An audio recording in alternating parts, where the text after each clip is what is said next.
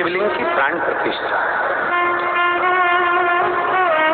हम उनसे कहना चाहेंगे कि शिवलिंग की प्राण प्रतिष्ठा नहीं, प्रतिष्ठा स्थापना स्थापित होती है।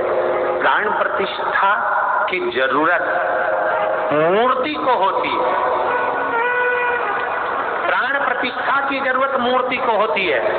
शिव जी की प्राण प्रतिष्ठा नहीं, शिव जी को प्राण नहीं दिए जाते, शिव तो खुद दुनिया को प्राण देते हैं, उनकी प्राण प्रतिष्ठा नहीं, प्रतिष्ठा होती है।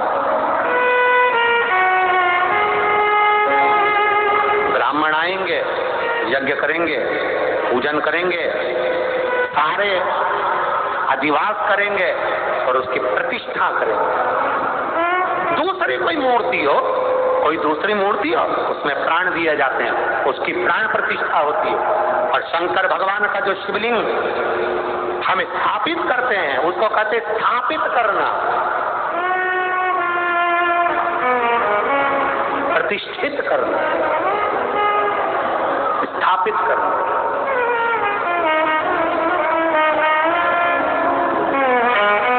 जो दुनिया को प्राण देने वाला हो, जो दुनिया को प्राण प्रदान कर रहा हो, उससे प्राण नहीं दिया जाता, उसकी प्रतिष्ठा होती है। ध्यान दें,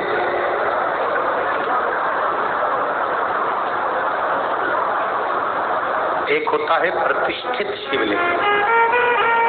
कौन सा शिवलिंग? जम के बोलो जरा। प्रतिष्ठित। आपके घर के आसपास में कोई मंदिर है? बोलो बोलो जम के जरा। है? अपने घर के आसपास में जो मंदिर है, अपने घर के आसपास में जो ब्राह्मणों द्वारा, संतों द्वारा, साधुओं द्वारा, गुरुओं द्वारा, सन्यासियों द्वारा, तपस्वियों द्वारा, साधकों द्वारा, सती द्वारा, सावित्री द्वारा, किसी ब्राह्मण विद्वान द्वारा जिस मंदिर के अंदर स्थान पर जो शिवलिंग रखा जाता है उसको प्रतिष्ठित शिवलिंग कर, प्रतिष्ठित शिवलिंग तो प्रतिष्ठित है, स्थापित है।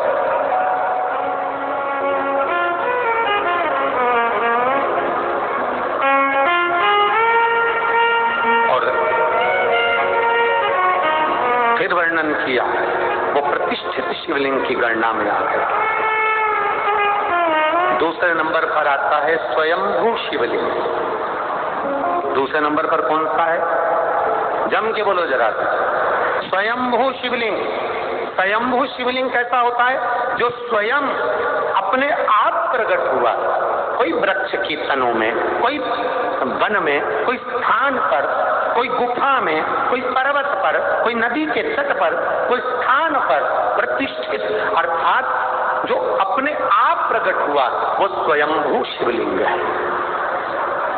तीसरे नंबर पर आता है, तीसरे नंबर पर उपशिवलिंग। उपशिवलिंग से मतलब होता है जैसे 12 ज्योतिर्लिंग होते हैं, ऐसे ज्योतिर्लिंग के स्वरूप में वो स्वयं उसी ज्योतिर्लिंग के नजदीक में विराजमान होता है, उसे उपशिवलिंग का है। हमारे बीच में संत महाराज पधारे, एक बार जोरदार ताली बजाकर स्वागत करें। उसको उपशिवलिंग का, ये तीसरे नंबर का। और चौथे नंबर का शिवलिंग है ज्योतिर्लिंग। तो पहले नंबर का स्थापित शिवलिंग, दूसरे नंबर का बोलते जाओ जम के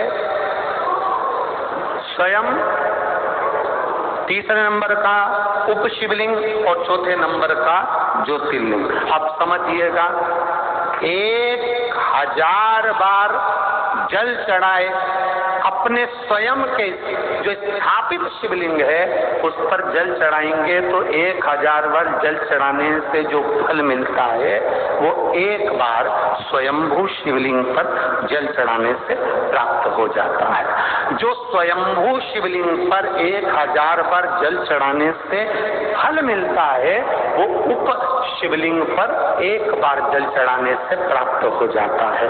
जो उप शिवलिंग पर 1000 बार जल चढ़ाने से फल मिलता है, वो 12 ज्योतिर्लिंग में से एक ज्योतिर्लिंग पर जल चढ़ाने से प्राप्त हो जाता है। ये शिवलिंग की